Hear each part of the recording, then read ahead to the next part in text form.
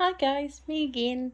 I'm just gonna uh, do chapter 2. So I hope you enjoy it. Right, and this is still Knox's perspective, just FYI. I followed a small dusty path worn out by wild deer and other small animals, my nose catching the occasional faint scent of a human male as I pushed my way past branches and ferns. I gave the other I gave the ear another sniff just in case I could pick up their scent again. Men and women, regardless of their species, seemed off a different scent, and wolves, with their heightened senses, could differentiate between them.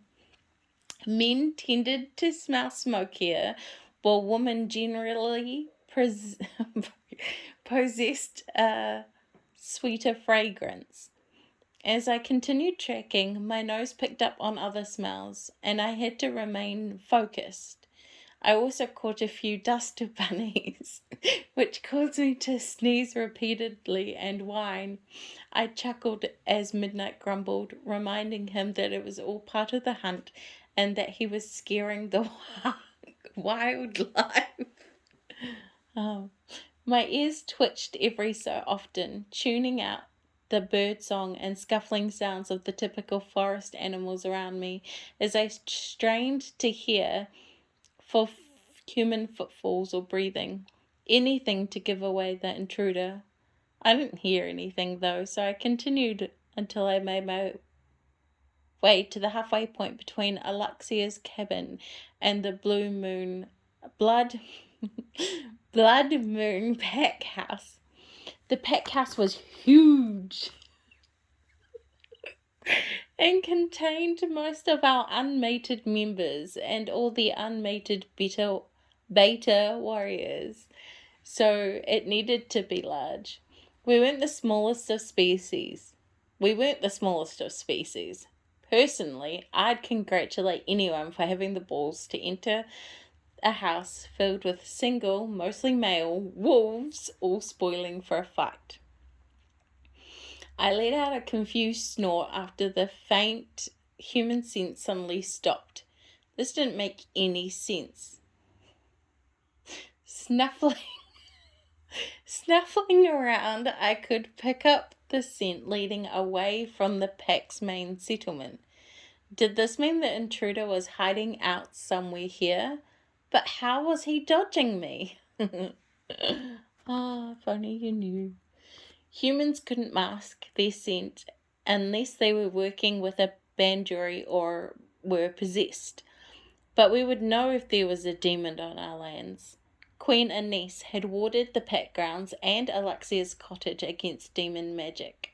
So either the scent was old or the human was working with a banduri. I was growing confused. The reports of the human were from today's patrol, not a few days ago, and the demon detection system, or DDS, hadn't gone off. I stopped and shifted back into my human form before stealing my nerves. I'd have to tell my alpha. Alpha Sterling, sir. What? Sterling sounded agitated again.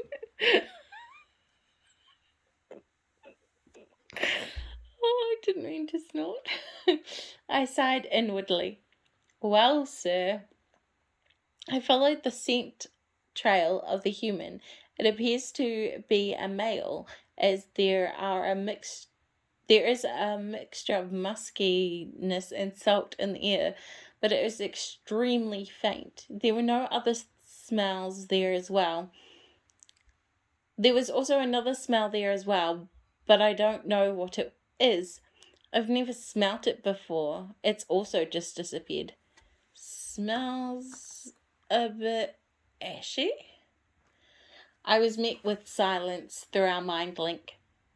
Sir, the DDS hasn't been tripped either. It's very odd. I tried again. Still, I was met with silence. Where are you? Alpha Sterling asked after a moment's hesitation, his voice laced with something that I couldn't quite figure out. Worry? Concern? I brushed it off before I replied. In the pine woods, the halfway point between the cabin and the pack house. All right, I'll be there in 10, came his reply, before a small popping sensation sounded in my head, signaling that he had disconnected the link. Midnight was restless and started to pace, wearing a track in the back of my mind. I had just started lounging against the tree, daydreaming about Alexia and I, when I heard a small snap of twigs behind me and whipped around, my teeth bared, only to come face to face with Grayson. I rolled my eyes when I saw that he wasn't alone. His friends, Chase and Isaac, were right behind him. Mark and Lyndon were closely following the three stooges. I narrowed my eyes at him. A stupid smirk played on his face, and my fists wanted to wipe it off for him. What are you doing out here, Dagon? I sneered, unable to help myself. If I told you, I'd have to kill you, he snorted with a roll of his eyes. Chase and Isaac laughed hard at his lame joke. He couldn't kill me if he tried. But, if you really must know, I'm off to see that gorgeous mate of yours. You know, training and all. Can't wait.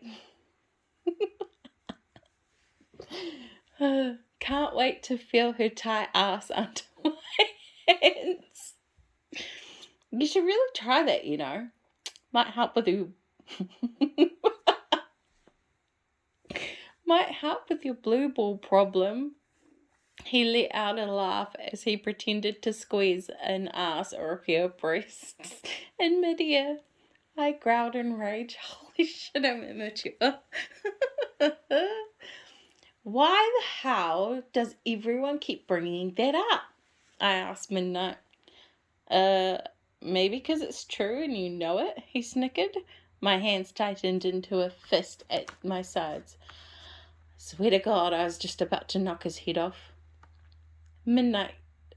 I swear to God, I was about to knock his head off too.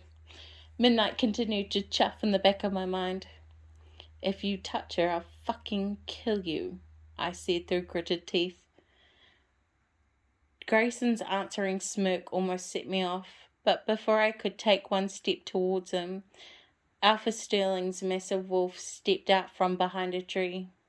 Sensing the testosterone flooding the air, he sent a low growl towards Grayson, who pushed past me in the direction of the cabin.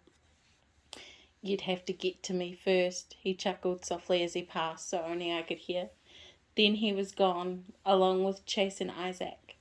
Good fucking riddance. One day I'd get him and wipe that damn smirk off his scheming skull. I fumed silently as I watched him walk away, still laughing. My balled up fists threw the punch that was held in for Grayson into a poor tree to my left. It groaned and shuddered on impact, leaving an almost perfect circle indent. I let out a frustrated yell. My chest heaved in anger. I turned back to face the alpha. His silver wolf had sat down. He watched me with an odd expression crossing his wolf features, as if he was smirking, as his eyes lit up in amusement. Then he shook his massive head, his eyes darkening to a gloomy grey once more, as he donned his alpha demeanour. Shifting into his human form, he eyed the tree I had hit. What did that poor tree ever do to you? He asked with a small amount of amusement before his serious expression slipped back into view and he released an exacerbated sigh. You need to stop letting him egg you on, though, boy. His words were now harsh and brisk, fitting for an alpha like him, but that tone also tended to mean I was in trouble. I just stood there and glared at the forest floor like it was the ground's fault. I was feeling like a naughty pup caught taking a biscuit from the jar right before dinner time. I knew that I shouldn't let him rattle me, but god damn it, that was my mate, and he had made lewd comments about. Not for the first time, and probably not the last. We both know that Alexia can handle herself if needed, Knox. But you don't help when you allow him to see how much he affects you. I know. I had a mate before the war, remember? Alpha Sterling's voice, while gruff, was kind and gentle, reinforcing the small pup feeling, which only made me groan in frustration. I knew he was telling the truth. I know, sir. It's just that I just hate that I'm unable to train her. If it wasn't for all this crap, we could have been mate. I stopped, my voice starting to come out as a whine, and I hated it. After losing my own father as a pup, the alpha had inadvertently stepped up to the role. He may act like a hard ass, but I knew he was a great leader and even better mentor. I respected the hell out of him, and his opinion meant everything to me. It was made more embarrassing that I was just about to grumble about not marking and mating Alexia, since it was like having this sex talk with your parents. Midnight, meanwhile, just rolled his eyes and whispered idiot at the back of my mind. I love Midnight. Alpha Sterling cut me a look that would have made a lesser wolf wither in submission, shaking his head and muttering something about young love and safety. Awkward much? I raked my hands through my dark brown hair, looking anywhere else. We've been getting more and more reports of humans, especially males, on our lands lately, and even more reports like yours. Their scent just vanishes. Being unable to train your mate should be the least of your problems. There is still a mole to catch, and until we do, she won't be safe. None of us will, Alpha Sterling stated, bringing the conversation back to the task at hand. I glanced around, suddenly feeling vulnerable, as if I could see where the human male went. You'd think she'd be safer with me than out here, I grumbled. But Alpha Sterling cut me a glare. I blew out a breath before asking, why here, though? How could their scent just suddenly disappear? The Alpha just hummed in response, deep in thought. I don't know, but I don't have a good feeling about this at all. I'll have to make sure there are more patrols and a few more wolves around the cabin to aid you should you need it. I doubt today will be the day when the shit hits the fan, though. Not... I have no idea what that's supposed to be. Sterling said after a few minutes. His eyes flickered back and forth between steel grey and bright silver as he communicated with other members of the Silver and Black Sea Packs, which bordered Abyssinia. As soon as he had finished, Mark and Lyndon arrived, followed closely by Chase and Isaac. If Mark and Lyndon were my chosen betas, Chase and Isaac were Grayson's. I didn't realize that he'd called them too, but was a bit grateful to have my friends here with me. My beta wolf forms were far larger than their usual animal counterparts, although not quite as tall as Midnight. Their reddish-brown fur shimmered in the dappled light, blending softly with the forest flora around them. Meanwhile, Grayson's mutts lacked the coloration of a grey wolf, bearing coats not dissimilar to coyotes. The assholes were acting tough, making snapping noises and lunging at each other, trying to draw the ire of Mark and Lyndon. "That's enough, Chasen, Isaac." The Alpha's command was unmistakable, power emanating out of his tone, and they immediately laid down in submission. "You're here to work, not to bicker. If I find out you two have caused any form of trouble, along with Grayson, the three of you will be pulling double duty after a night in the cells. Do I make myself clear?" No one argued with an Alpha. Chase and Isaac shuddered and tilted their necks in further submission. Even I felt my heart rate increase and cringed against the amount of force in his voice. Mark and Lyndon sat and watched passively. Their eyes flickered to me, and I could see a hint of smugness in Lyndon's wolfish face as his black eyes sparkled with laughter he could barely contain, while Mark huffed softly and rolled his amber eyes. The Alpha turned towards them with a glare, and they too lay down in submission, any trace of humour vanquished. "Good.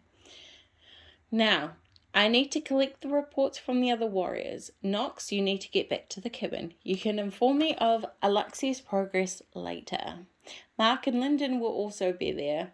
We will have to hold a pack meeting soon about these odd occurrences." Sterling shifted, casting one final wolfish glare at us before he bunched up and sprinted towards the pack house, no doubt to sort out contact with other pack members and paranormal officials. I sighed and shifted as well. Time to get to work, which also meant watching Grayson train my mate without killing the fucker. Now that was the real work. By the time we got back to the cabin, I was murderous. Thoughts of Grayson touching our mate in any way made both Midnight and I furious. The only thing that stopped us from ripping out Grayson's throat was the fact that Alexia had never seen him as anything more than a friend, and that she was my mate and mine alone. In the distance, I could hear small grunts and the sounds of flesh on flesh, along with the coppery tang of blood. I let out a small growl and turned the corner to find Grayson and Alexia in the middle of their fight. I heard an oof sound as Alexia snarled and tackled Grayson, and my chest swelled with pride as he landed on his back with a solid thud. I let out a loud growl of warning while I sat on my haunches at the sideline, hopefully catching the arsehole's attention. Alexia was oblivious, though, too focused on the fight. Quick as lightning, she straddled his chest, her knees pinning his biceps to the ground, eyes filled with rage, jealousy, and disgust. As I noticed that Grayson's blue eyes widened with surprise and lust before they darkened and narrowed with a hatred that was something close to murderous. Then Alexia was laughing, climbing off him and extending her hand to help him up. I let out a sigh of relief, and Mark chuckled beside me. Ignoring both him and the pointed look on Lyndon's face, I ignored both him and the pointed look on Lyndon's face.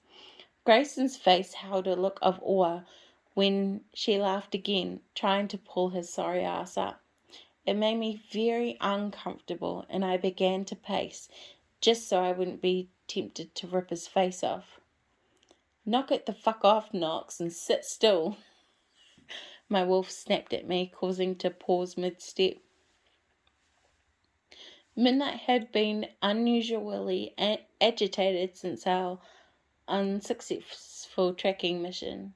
I'm sure it was his pride and ego that was hurting.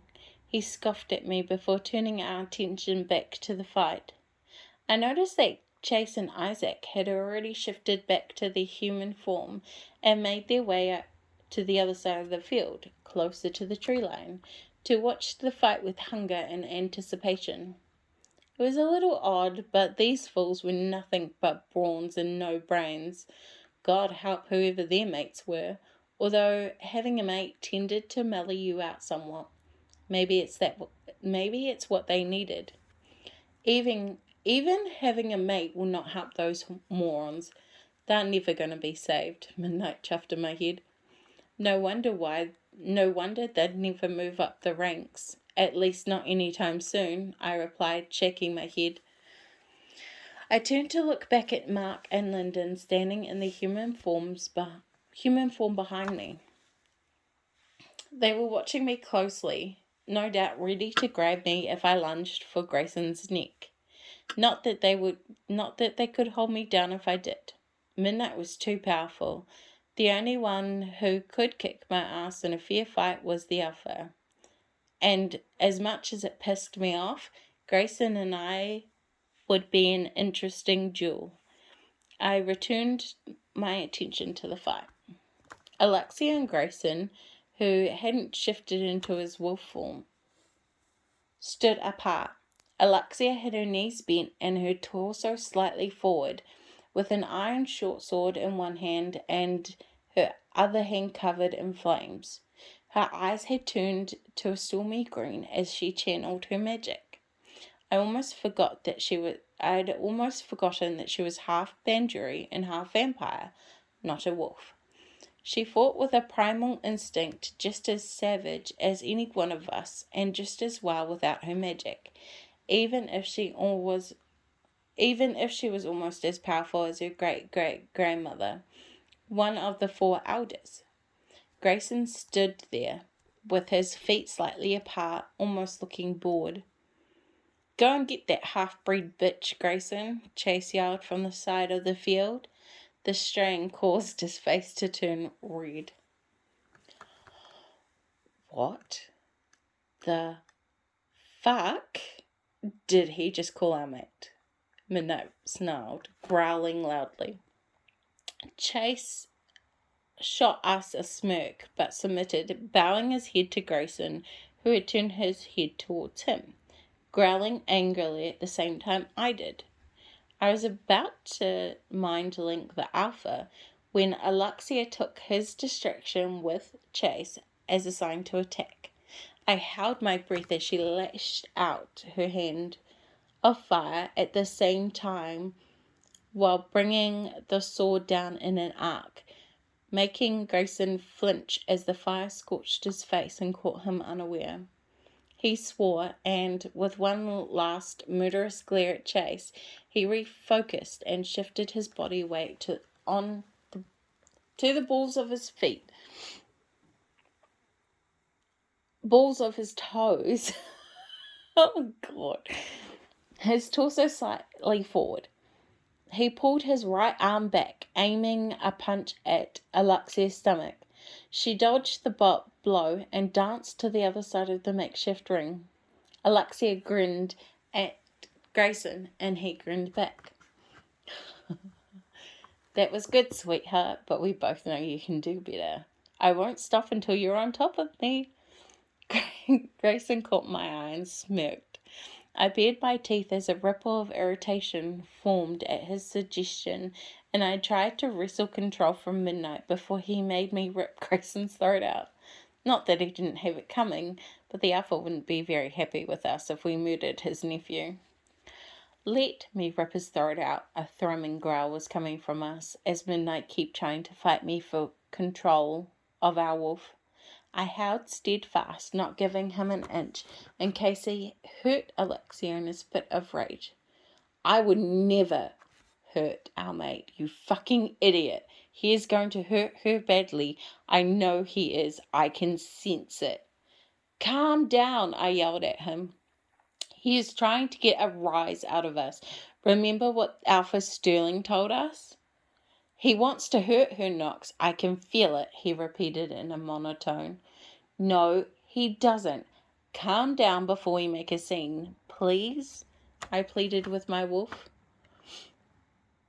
Midnight wasn't happy, but did relent somewhat. He was worried she was going to get seriously hurt, and I could hear him mumbling in the back of my mind. I tried to ignore him, but his rambles had sprouted the seed of doubt. What if he did injure her? She wasn't a wolf after all. If he intentionally hurts her outside the realm of sparring, we can hurt him, I conceded. And if he did hurt her while sparring, well, I promised myself I would end him, just more quietly. Midnight agreed. I could feel both Mark and Lyndon move closer towards me, sensing my internal struggle, but they kept their focus on both Alexia and Grayson. The fight was escalating, each partner lashing out in a blur of emotion. But something started to feel wrong. Grayson's attacks were getting more vicious, less controlled.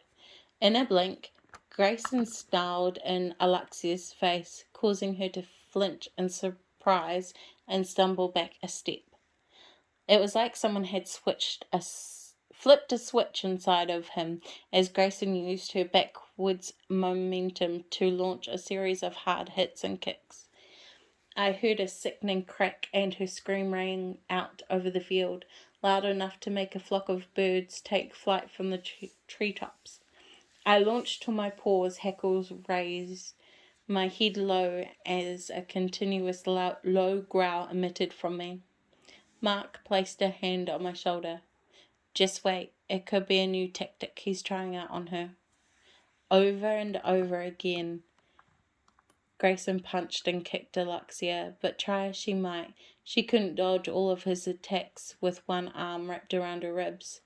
That fucker had broken a rib or two, and I was going to kill him. I could see the agony and surprise on her face with the ferocity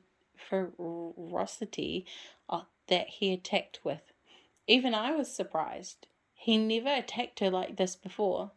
Sure, he was cruel in his sparring, always taking it to the next level and causing her to bleed or bruise, but nothing like this. This was rage, pure and simple. Years' worth of pent-up rage ricocheting off her in cruel kicks and jabs. But why? Or maybe Grayson was trying to get at me? Kill her and he wounds me. Make your death look like an accident in the fighting arena? These dark thoughts suddenly entered my mind. I started to pace, growing more agitated as I watched them fight. She was a good fighter, still on her feet, but he was slightly better, even more so now he had wounded her to the point that she couldn't properly defend herself. Grayson also had many more years of training than Alexia did, and he knew it. With his advances, it was only a matter of time before she was brought to her knees or worse, critically injured. I was so proud of her and the fact that she was still on her feet fighting. And while I hoped for the former, I suspected the latter. It was time to do something. This was getting out of hand, whether on purpose or not. Alexia was panting, trying to dodge every punch, kick, and jab. She normally did well holding her own against us wolves, but he was pummeling her, and I could see her wobbling on her feet. There was another snap, and just before the sound of Alexia's scream had fully registered in my brain, I had my mouth clamped around Grayson's arm. "Let go, you son of a bitch," he snarled, almost feral, as he pulled away, trying to shake me off. I clamped down harder, blood and sinew filling my mouth. I shook my head in a tugging motion, as if his arm was a rabbit, and watched with satisfaction as he screamed. Using his now free hand, he tried to punch the side of my head, but I still didn't let go. Chase and Isaac leapt to Grayson's assistance, trying to extract my arm from his jaws. I heard a snap as one of them broke my hind leg. I let out a muffled howl of pain as both Mark and Lyndon rushed over, one helping Alexia slip away from the immediate danger, and the other trying to pull me back. Grayson finally ripped himself free with Isaac and Chase's help, while I stood, panting, unable to put any pressure on the broken hind leg. despite the agony emitting